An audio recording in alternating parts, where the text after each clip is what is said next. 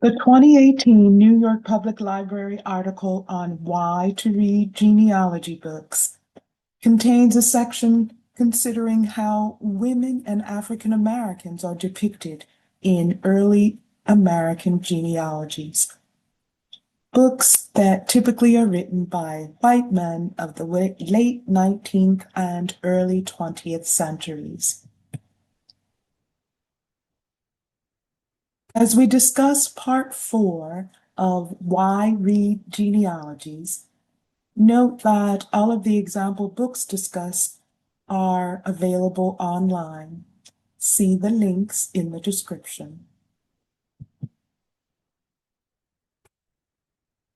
This section begins.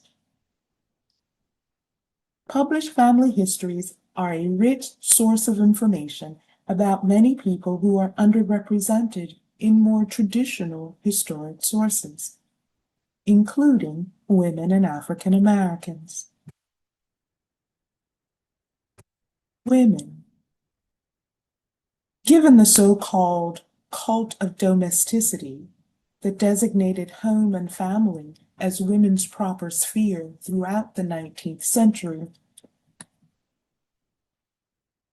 it should come as no surprise that published family histories are a rich source of information about women's activities, many of which are not well documented elsewhere.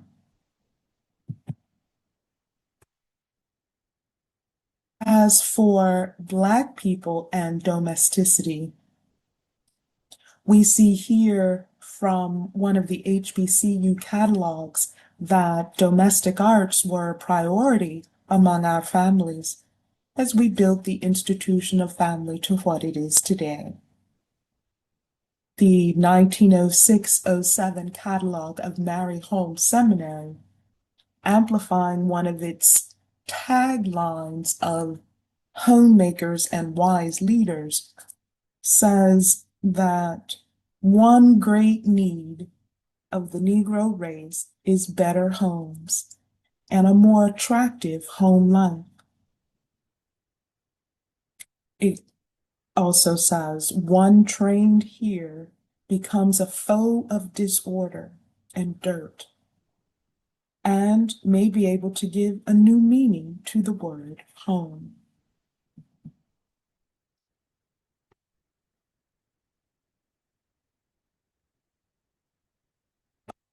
Continues. But it may surprise you to find how many women who are discussed in early family histories were engaged in employment outside the home, either for a brief period before marriage or for more extended careers. Among many interesting examples is this account of the first woman dentist in the Beeman and Clark genealogy.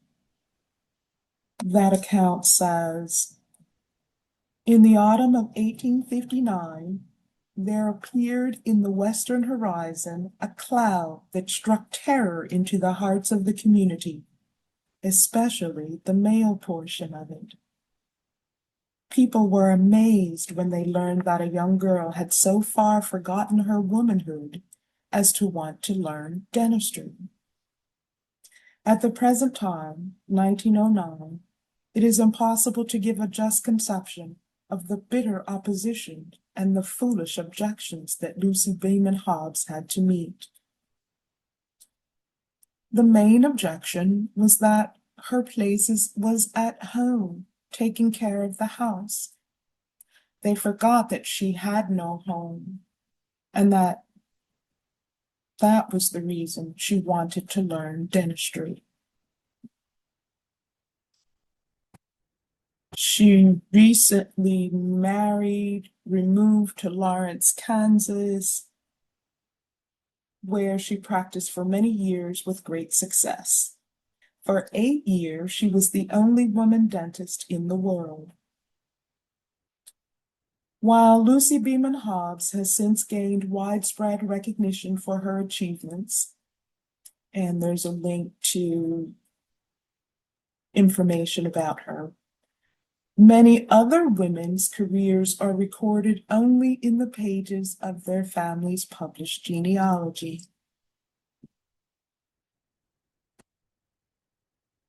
Example is this lively portrait of Emma Amelia Neal in brief historical sketches of 7 generations, descendants of Deacon David Baumgartner.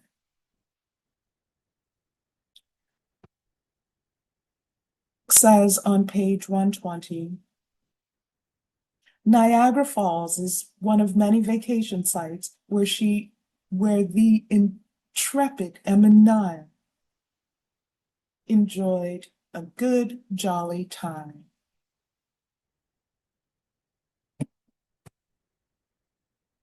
She also took a business course in a business college in Huntington, and also a number of terms of instrumental music. After she was through with her schoolwork, she became bookkeeper for her stepbrother Adam Beck Jr., with whom she stayed 3 years. She had been rendering very excellent service for the company ever since she is with them, proving herself possessed of rare business qualities, which were duly recognized by increasing her salary from time to time and promoting her to cashier. She is particularly fond of traveling and sightseeing during her vacations, and otherwise loves to have a good jolly time. She's been to Niagara Falls, Chicago's World Fair, Buffalo and St. Louis expositions, Northern Michigan, and many other places of minor interest. Thus far, she has preferred the single path of life and is truly enjoying life hugely. See, in 1919, there was a marriage announcement. Among the many career women described in published family histories are artists, including the celebrated painter Martha Sue Baker. And she's in a genealogy of Eber and Lydia Smith Baker of Marion, Ohio, and their descendants. Also mentioned are the French sisters, Grace A. and Abby A., both teaching and filling orders for paintings and decorated china. And they're mentioned in the book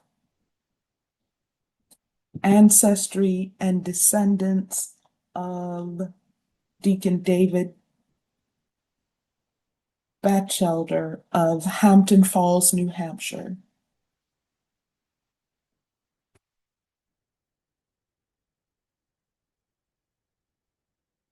Beyond the New York Public Library article, I'll share a little bit more about Martha Susan Baker. She was a prominent American painter, a muralist, a teacher, and she was celebrated for her exquisite miniature portraits.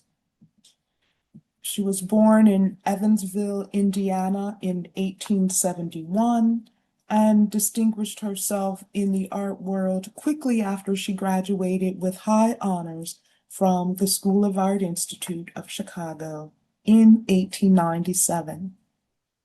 She went on to serve as an instructor of sketching and watercolor, and that was at her alma mater, and she did that until 1904.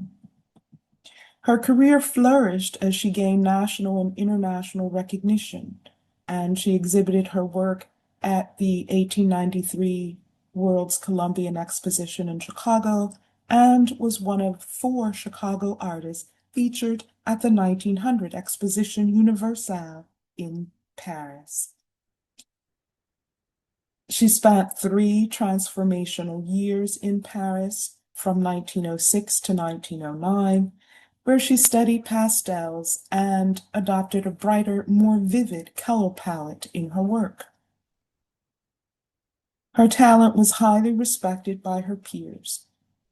For instance, the acclaimed Spanish painter Joaquin Sorolla y Bastida declared her the foremost miniature painter of modern times. At the height of her career, she was commissioned to paint a portrait of President Taft. But she died of appendicitis in Chicago on December 21st, 1911, before she completed the commissioned work. And that was just days before her 40th birthday. After her death, the Art Institute of Chicago mounted a large memorial exhibition of more than 50 of her works to honor her legacy.